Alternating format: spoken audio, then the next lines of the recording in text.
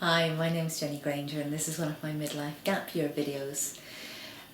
This year I'm doing an experiment with my life, and I'm condensing all my work with my clients into 1 week every month, and the rest of the month I'm free.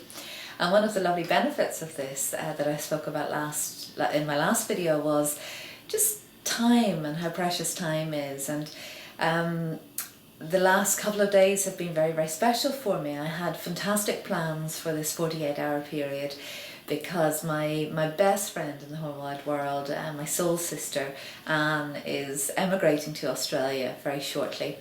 And so we had managed to find 2 days where she was able to get herself free. And we looked around, we were thinking about sort of going away for a couple of days, and then we decided no, what we'd do is we'd come to my beautiful house and we'd have a staycation instead of a vacation. We'd have a staycation here.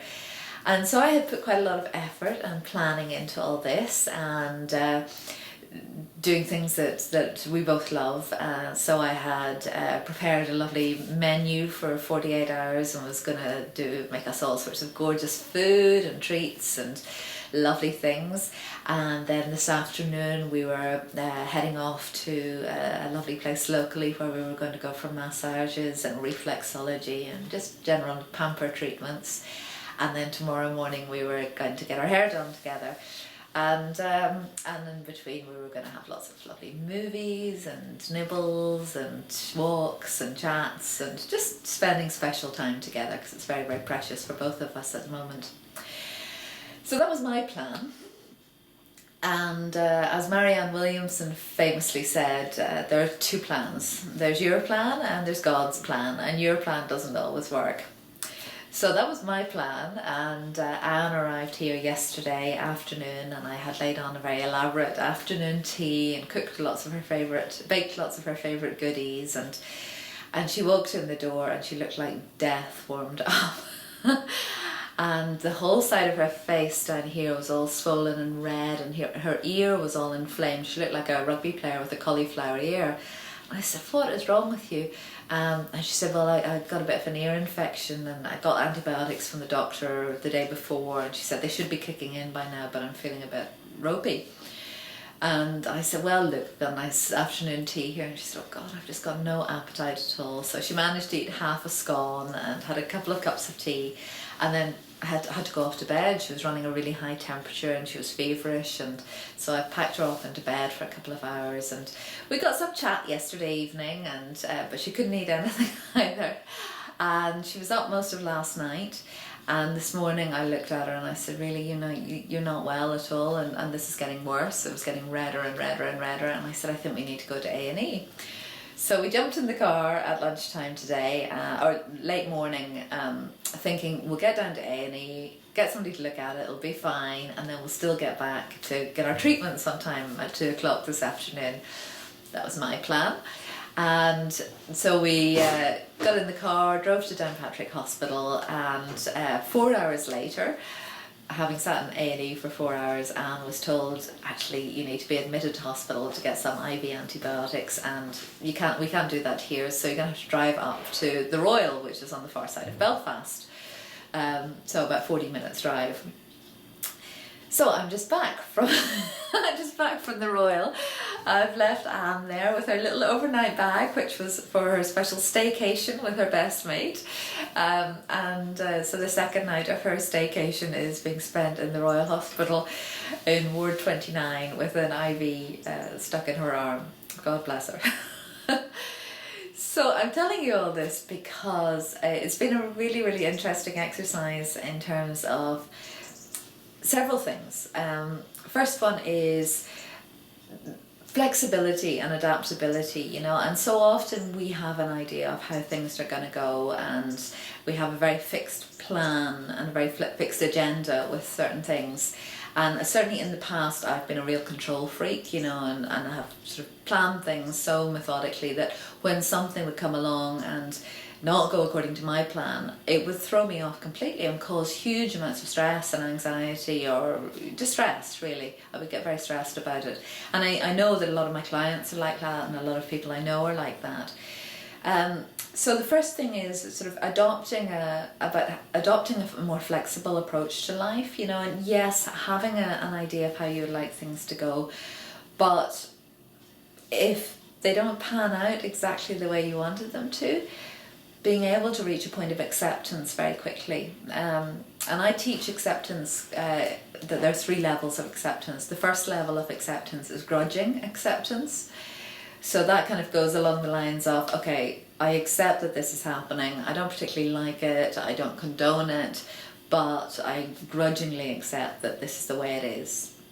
And even with reaching that first level of acceptance, of just saying to yourself, it is what it is. One of the great spiritual teachers, Osho, that was his favourite phrase, was, it is what it is. So, my best friend's got a major ear infection. It is what it is, you know? Just reaching that first level of acceptance brings a certain element of peace. The second level of acceptance is grateful acceptance, and that's where you can reach for things that you can actually be grateful for about in the situation. And so, for instance, I was able to be really grateful that we were having the time together, and that we actually had quite a few laughs when we were sitting in A&E. I was really grateful that I was able to be there for my best mate, to drive her around, to look after her, to run her a nice bath last night. I'm just grateful to have her in my life. And you know, and she kept saying to me, I feel really bad about this. And I said, but you know, this is what friendship's about. We've known each other for 10 years. It hasn't all been lovely times, you know, we've been through a lot together. So this is what friendship's about. It's about being there to care for each other through sickness and in health. That's not just for marriages.